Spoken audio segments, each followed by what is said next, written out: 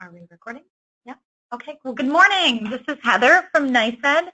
I am here with Christy Tooker from Questar, and we also have some other Questar folks online. Our goal this morning is to share lessons learned from the ELA administration that started on March 27th. And this is so that we can address some of those issues, those common themes, things that we know that came up during the ELA administration that we can tackle ahead of time for math for a smoother math CBT administration. So thanks to everyone who has joined this morning. We are recording the webinar. We will post it to CBT support.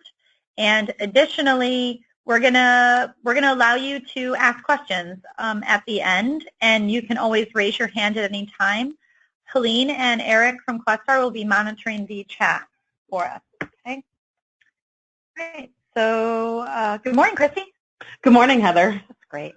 Okay. So here we go. All right. So first, I'm going to give you guys an overview of operational ELA. We had more than 17,000 students testing, 160 schools. Overall, it was a success.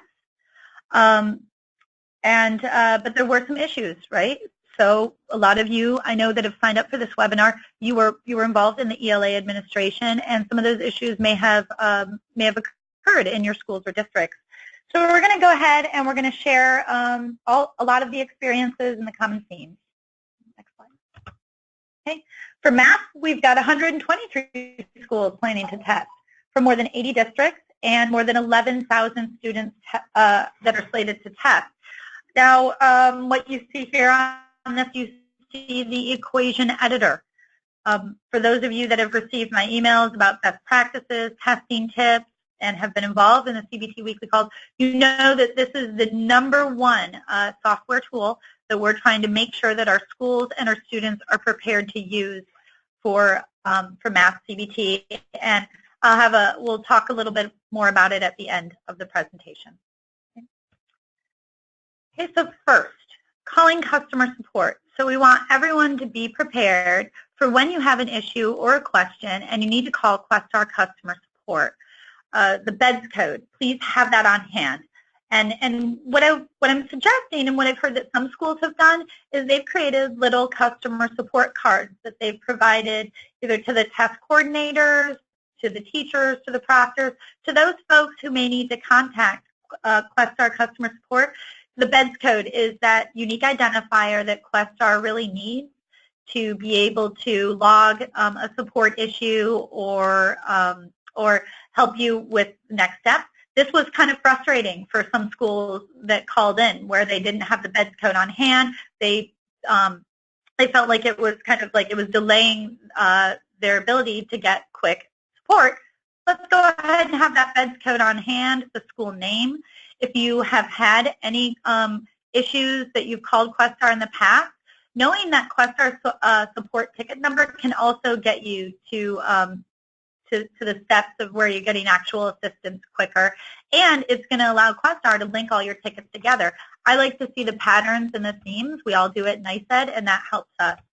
So also know what types of testing devices and operating systems, such as the iPad iOS 10.2. Know that. These are the questions that Questar are going to ask you as soon as you call or send an email, so have that information on hand.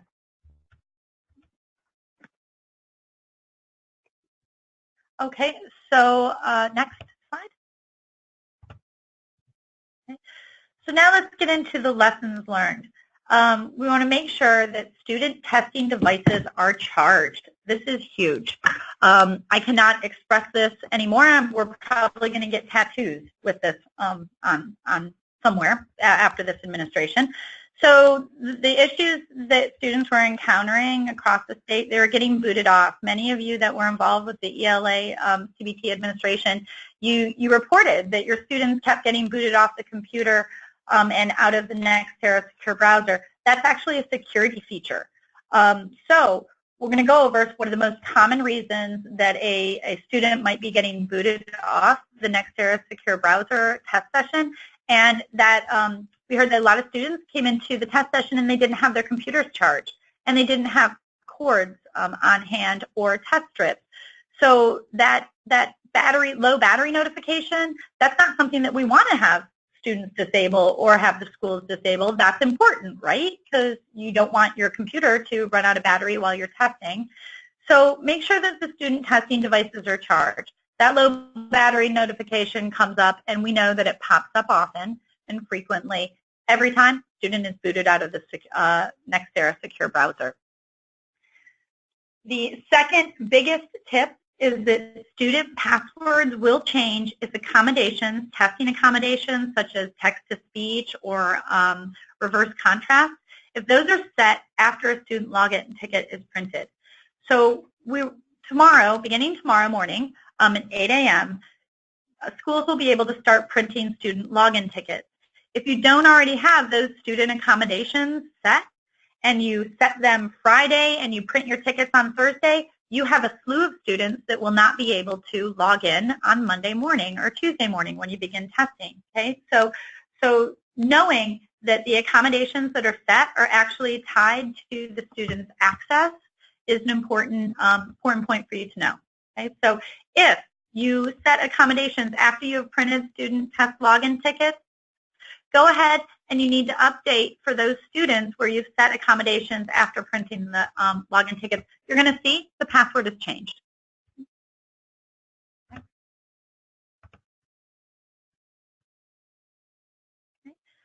So now I'm going to get on my soapbox about student testing accommodations. They're not only important to set early, but obviously before the student actually logs in to start testing. Okay. There are 5 student computer-delivered test accommodations that can be set on Nextera admin for a student. If these accommodations are not set and the student sits down and the student accesses and say the proctor or the teacher notices that the student doesn't have the text-to-speech player to read the test to the student and the student has already started testing, that means that that test form needs to be reset for the student. That could be a 1 to 2 or more hour delay to student testing. Why? Because now the school has to call Questar. Questar has to get approval from the Office of State Assessment, and then Questar has a manual process that they have to do on the back end at Questar to change the test form and to reset it so that the student therefore can see text-to-speech. Okay, so that's a multi-step process. I posted last night a PowerPoint for how to set student test accommodations. You can see that for math. That does apply for the upcoming field testing administration, and it's in the resources section on CBT support. Okay. So again, the difference in test accommodations. The difference between text-to-speech and test-read was one of the #1 issues that schools encountered. This year, and we're going to post these slides later online, and you'll be able to see this a little more clearly. And you can also see this in the how to set student test accommodation slides that are out there now. But there's a difference between setting the online computer delivered text-to-speech and setting test-read. Test-read is a classroom accommodation that has nothing to do with the computer, and in fact, when setting the accommodation through Nextera admin, the teacher is actually going to see that in parentheses it says by human reader. Okay, so if we go to the next slide and we'll show it again, you can see this is how to set text-to-speech. Yes, you use the online testing accommodation. You do not use the test read by human reader. Okay, so the test read by human reader, that's data, right? You're just indicating this student is in a CBT classroom, but is testing on paper with a human reader reading that test to the student. And a little later, we're going to talk about not tested codes and how to have a better setup on Nextera admin. So getting back to students getting booted off the computer, disabling screensavers and other computer notifications. So I want to talk a little bit about the computers timing out. The Nextera test delivery system, the Nextera secure browser, it never times out. You can keep that test open for as long as the student needs it to be open taking the test. But think about whether or not the computers actually have a screensaver set up or a timeout set up. If the student is, for ELA, perhaps students were writing long essays, right? So they were writing their essays, they were composing them, they were, thinking about their ideas on the scratch paper, and if a screensaver was set up, the computer was going into screensaver mode, and that was actually logging the student out, right? Because the security feature in the Nextera Secure Browser is that if the secure browser thinks that the computer is trying to access, say, the internet or do anything else on the computer outside of the secure browser, the test will stop. It'll log the student out. So think about like if a student also has, say, an email client open, and that email client is open, and maybe the student has a meeting set up for English class at 11 o'clock, and that meeting notification pops up. That again, that's going to log that student out of the Nextera Secure Browser. So all these things we want us to think about as we go into the math administration. Next. Okay. One thing that students did not know, and we could have made clearer with ELA, is that highlighting and the answer eliminator features, they do not persist when the student logs out or pauses the test. And that means that, so a student has highlighted, and here we have some math examples. The student has highlighted some important information in the test question, and they've also eliminated 2 answers. The student has done significant work. Well, if the student pauses the test to go to the bathroom and then logs back in, that work is lost for highlighting and for the answer eliminator. However, what's not lost are notes. So if the student has made a note to themselves, and remember, notes are indicated on the review screen, so the student can always come back to a note. Those will always be there regardless of whether or not the student has paused the test, exited the test, or accessed the test session at another time. So Wi-Fi, we had a lot of issues with Wi-Fi throughout the state for ELA. Some test tips. So if students have a one-to-one device situation, they may be be set up to a Wi-Fi in the school that they're used to walking into school every morning, and their computer automatically connects to, like, say, the guest Wi-Fi in the cafeteria. For CBT, a lot of schools purchased individual Wi-Fis, and they had them set up in the testing location. Well, we had instances where, like, Wi-Fi was hopping among different Wi-Fis, say if those those testing classrooms were, like, close to each other. So one test tip is you might want to consider having those testing devices for getting other Wi-Fi connections, right? So that's something that can be done on the computer. It could be, quite a task to do that, but it'll help. If any schools encountered that Wi-Fi hopping situation with ELA, please consider that for math. And also, we know it may not be realistic to have Wi-Fi, the guest Wi-Fi disabled in the school. There could be other classrooms and programs that totally need that Wi-Fi to continue running during the test administration. But again, we want to make sure that you're aware of this, and this is something to check if you are encountering some Wi-Fi issues. Okay. So now I'm going to go through a couple tips for proctors and students. So the first one, when talking about the Wi-Fi indicator and Wi-Fi hopping, say a student's Wi-Fi has hopped, right, and it's picking up the guest Wi-Fi that's over way across the school. The internet, the signal may not be very strong, and the student may actually not be online during testing.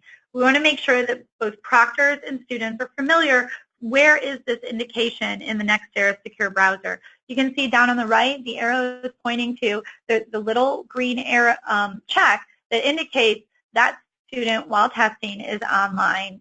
A red X pops up. And from a lot of schools that I talked to throughout the ELA administration, they definitely saw that red X.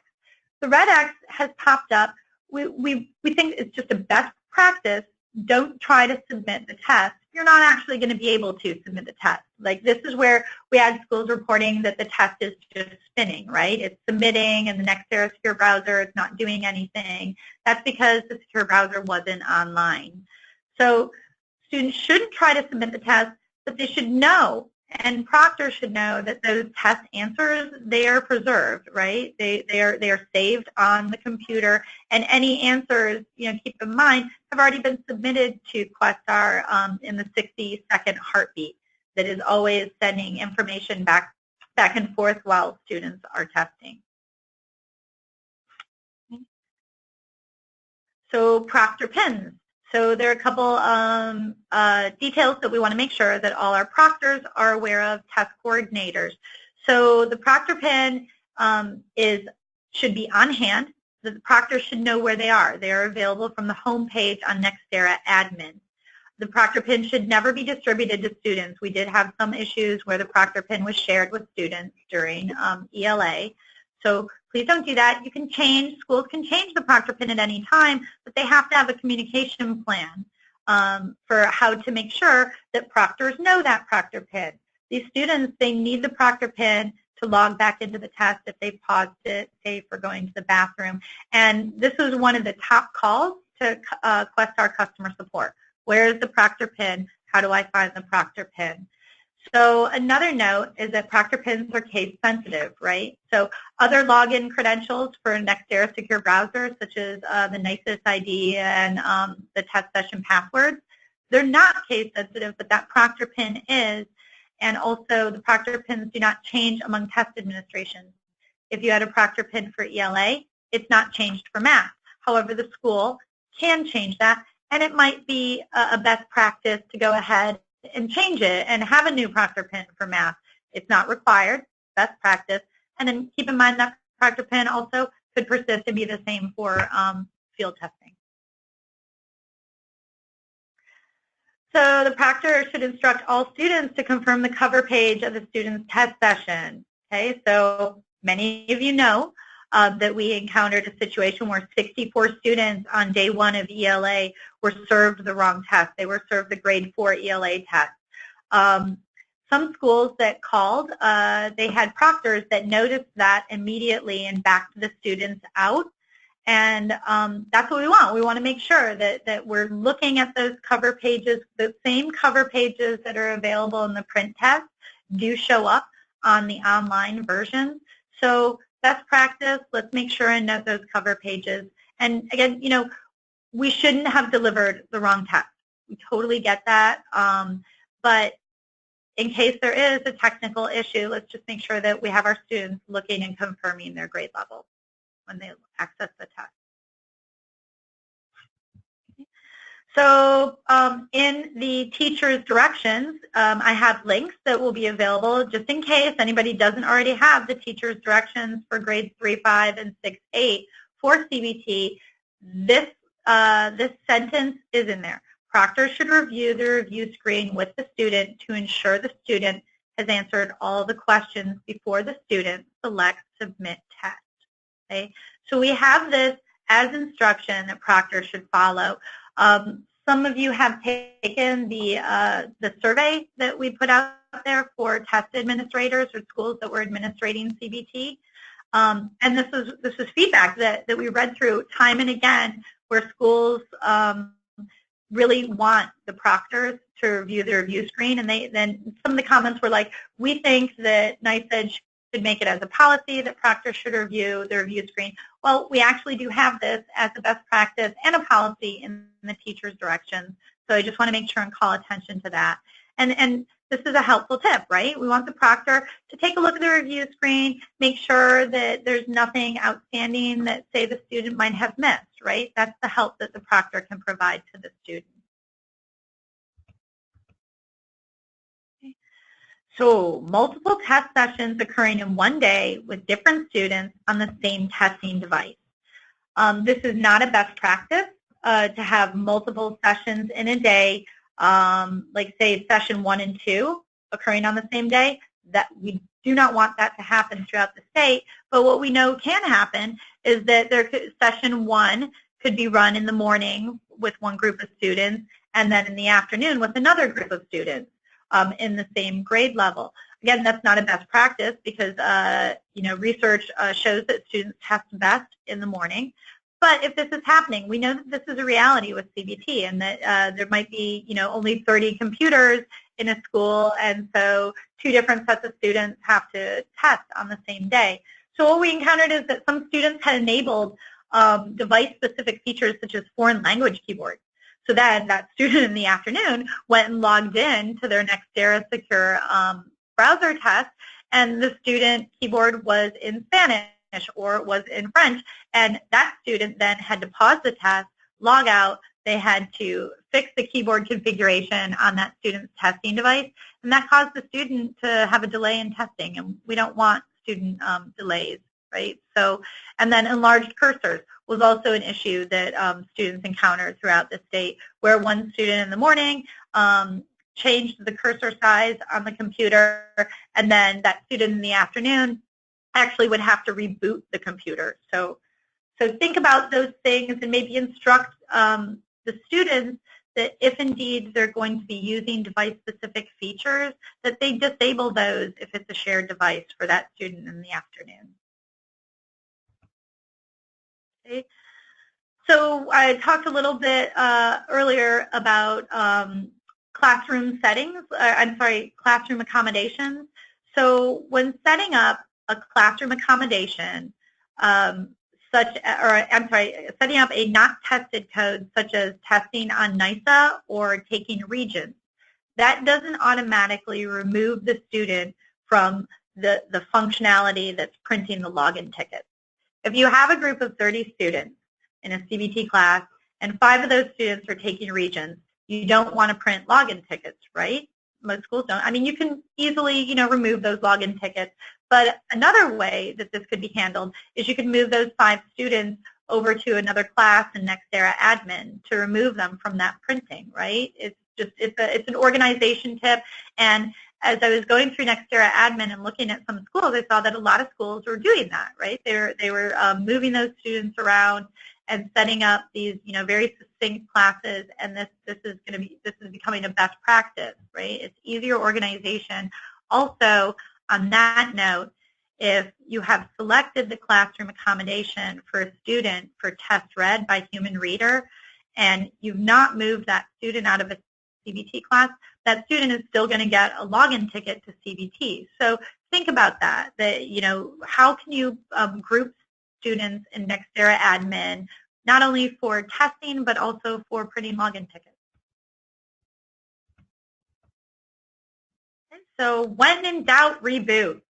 So the first step, troubleshooting, when a student encounters a technical issue, such as one of our known issues from the math administration was that students were seeing that there was a mismatch in the questions that they answered and the questions that were available in the test, such as the student was seeing that they answered 35, but there were 38 test questions. This was due to the fact that the computer was misidentifying the cover, sources, and tip pages that came at the beginning of the ELA test. And we found that a lot of those computers needed to be rebooted. They had been open too long. They'd been on too long. The test coordinators, they had set up the testing classrooms or the test labs for the computer labs days in advance, and had just kept those computers on. And the computers, they needed to be refreshed. So when in doubt, reboot.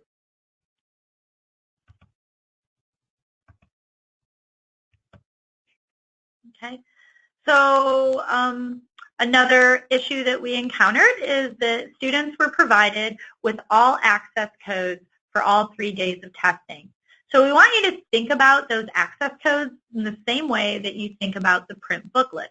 You wouldn't give students all 3 test booklets on day 1. You give them on individual days, and as it should be also with the access codes.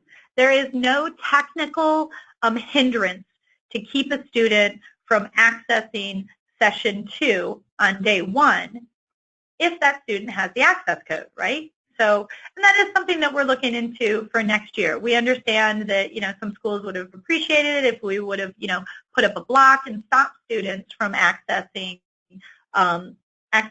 any test session if they had the access codes for those test sessions. But what we want you to do, best practice, treat those access codes as you would a print test booklet. Okay. Now we're going to talk a little bit about the equation editor, and I've got some slides here that actually have the equation editor on it. So I've heard from some schools that you are working with your students and you're actually practicing with the practice test in the equation editor. Yay, I'm clapping. So that's what we want. For older students, like in grades 7 and 8, they may totally be familiar with an equation editor. An equation editor is software that's available online. They're probably familiar with an online calculator and other, tools that students are going to encounter in the Nextera secure browser for math. But our grades 3 and 4 students, they may not be familiar, and we understand that. And so we want to make sure that you know that your students need to be practicing with the equation editor. I heard from one school that they even just offered a free period where students could, at will just play around with the equation editor, play around with the Nextera test delivery system, either in the question sampler or in the secure browser. So, and research shows that more familiarity with the online testing tools results in a better testing experience for those students. And we want our students to have a great testing experience. So the constructed response boxes. Many of you know that for ELA, some students encountered the CR box limit. So the character limit for ELA was set at 5,000. We set that limit based on field test data. We had field test data from field testing on computers from last year. We took the highest amount of characters that a student used to type an essay, and we doubled that. We understand for next year we probably need to double that again because there were some students throughout the state that hit that 5,000 character limit. For math, you know that the show your work equation editor boxes have unlimited character length. However, there are smaller answer boxes, such as you see on the screen here, that have character lengths that are designed to match the paper test, right? So a lot of times the paper test, like the size of the answer box is kind of a clue to the student for how they should answer. It's the same in the online environment.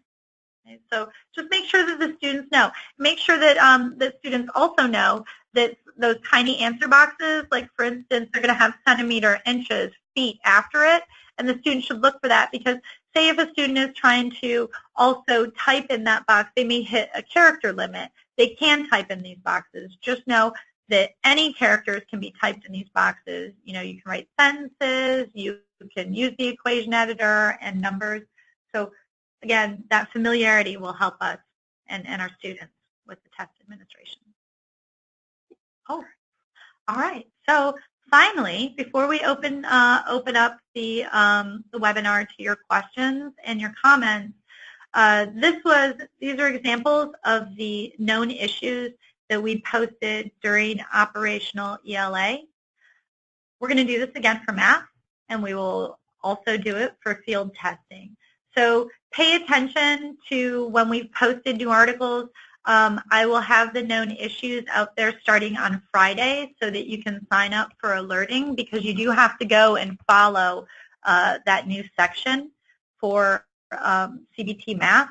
And then you'll know whether if there's a known issue, you'll get an email alert when that's posted. And then what we're doing here is so we've got the known issues, but that first some of the issues, like for instance, the question total mismatch, we knew that rebooting the computer would fix that for students throughout the state. So then we post a solution at the top of that article, and then we try to let folks know in some manner.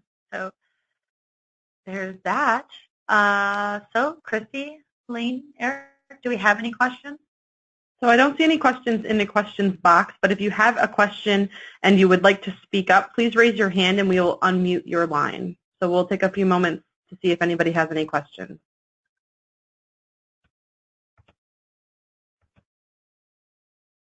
Go ahead, Michael Sullivan. Can you hear me? I can. Hello. Excellent. How are you? Good. What do you got, Michael? So we're a little different from districts. We work out of Erie 2 BOCES, and I was the individual asked some questions about scoring regionally and having multiple districts that we work with. When we're working with the reports on scoring, we noticed a couple things as far as when we're trying to follow up with the exact number of CBT tests that we have.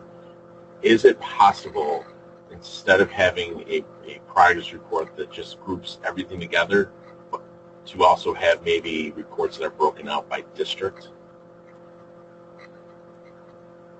Well, and Christy, correct me if I'm wrong, but I'm pretty sure that if you organize it into individual projects, and that can be something that we can look at for next year, that if a district is its own project and score point, then they could have those individual reports. Yeah. So probably not for this year, Michael, but for next year, we're going to provide a lot more guidance based on, what we've learned from score point and how it can be set up. Excellent. Also, I have a couple of other questions. So when we were scoring the assessments themselves, some of the teachers were getting a little bit confused when they would get to a slate of questions that were completed. So they would get to the end and would say something to the effect that nothing is, there's no reserves in the queue. Is there a way of changing that language to possibly saying that that question's completed? Because some teachers were getting a little apprehensive and antsy in the fact that they were trying to answer that question. We weren't sure that they have completed all the questions. That's good feedback. Thank you. Also, And again, these are all like, we'll take this for, next year and how we're going to improve score point. But that's awesome to know. And one more, I know you can do this via the computer itself, but some teachers were definitely concerned about the text size and being able to increase that text size. Now, I know you can do that directly from the computer itself, but would there be a way to do that within the Nextera program itself, where they could be able to increase that text size? So that. And are you referring to score point, or are you referring while they're scoring, or are you referring to students taking the test? In score point. So in score point. Okay. Good to know. Are actually scoring. Some of them requested that the text size be a little bit bigger, and the only option we had was to increase the screen size from our end. Okay. So they had the option. Now I'm curious if they, as you know, in ScorePoint, they can view the raw answers, or they could have shown the item the way that the student entered it into the constructed response boxes on Nextera Secure Browser. Did that make any difference if they viewed it in that manner? No, that didn't make any difference. They were just they're concerned. Some of them that just that have issues looking at a computer screen. We're just having reading. Okay, no, that's great. Whether or not we need a Zoom feature on ScorePoint. So thank you for that. Sure. We will look into that.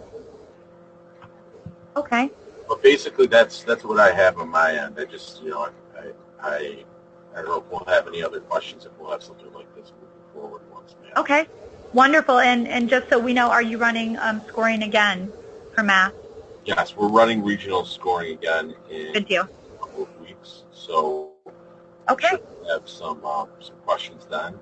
I know that our districts were confused by, I guess I shouldn't say the districts. When we were asking for help through QuestStar for information regarding specific districts and tests, not necessarily being in the queue, we weren't necessarily getting the information back that they were in the queue, I had to just go ahead and run the reports to see if there were any unread tests. And Sure. did notice, that some of the conversations that we had with the people at Questar, their customer service, that they were saying that some of the reports were a little glitchy, and the fact that we went in and saw a test that was unread, but then we went back to check if there was anything in the queue, and nothing was in the queue. So some of the reports were good. We were just making sure that the reports were jiving with each other, making sure that all those numbers were moving to the right. So I don't know if we addressed it all either. Well, we're hoping that we have a smoother administration for math scoring. There definitely were some issues that were worked out while scoring was occurring. So you know what we'll do is we'll try and check in with you before and after math scoring. Okay? Excellent. Thank you. Yeah, you're welcome.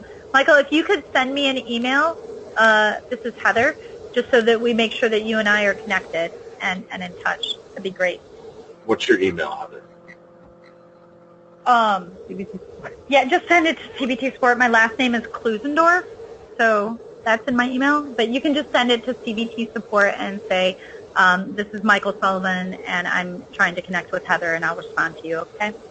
Okay, so CBT Support at Questar? Oh, at niced.gov. I'm sorry. CBT Support at niced.gov. All right, thank you. You're welcome. So we have another question. Dawn, I am going to unmute your line and let you speak. Yes, our math teacher had a question about the equation editor. How can students Sure. subscript? Sorry, how Say can, that one more. how can students do a subscript? Oh, I'm not sure that they can. Let's. Helene, can you help us out with this one? So the math content folks both at Questar and at NICED have reviewed all of the items, and we do know that the student can respond to all of the items that are slated for the operational math administration can be answered with the equation editor tools that are provided. There is, and I'm not a math person, so I'm going to say the subscript is the one that goes below, right? Correct. And that is not there, but that is not something that students will be asked to do. Okay, thank you. Thank you. I had not heard that before, so thanks. That was a new one for subscript. Pam Raposa, I'm going to have you verbalize your question here so Heather can hear it. I'm going to unmute your line now. Hi, Pam. Oh. Okay, we might have some audio issues. So Pam's, okay, she says she has no mic. So Pam's question is, okay. It looks like Helene answered it. I will answer. I'll just speak to it for everyone to hear. So we had problems with the report on Nextera that indicated how many students were taken and the actual number of tests that were scored in ScorePoint. How do both systems interface? And Helene's response, just to clarify, the numbers in ScorePoint are the number of CR responses, not students. We do know that there were issues early in the scoring window and all of the responses were not in ScorePoint, but we are not expecting to have that issue for math. Yep. Does that answer your question? The number we took and the number we scored did not match. Yes. Thank you, Pam. Great. Any other questions? If you could please raise your hand. And just for those folks that are out there, since we're talking about this with ScorePoint, there was a glitch on the first few days of scoring where some constructed response items got hung up in the API. ScorePoint released those items over the weekend, and so some folks, and you know it, if you were scoring, you saw this, that all of a sudden you had some additional items that showed up in your scoring queue. So if, first of all, the issue is fixed for math scoring, and second of all, if that happens again, we promise that Questar will let all our scoring centers know, okay, so that you can rely on the numbers that you're seeing and know that you have the exact and expected number of constructed responses to score. Any other questions? I'm looking for hands. No? Okay. Well, you folks know, if you're out there, that send any questions and issues to CBT support. We'll be posting a lot as we head into this final stretch to the math administration. Tomorrow I will be sending an email to all of our principals and DTCs that are participating in the math administration to let you know that, first of all, the test tab will be open tomorrow morning at 8 o'clock. This means, again, that you can print student login tickets. Please make sure that your accommodations are set. You can set accommodations now for students. You could set them at any time leading up to the administration as soon as the student and class information is there. Okay? So that's CBT support at NYSED.gov. Thank you. Thank you, everybody.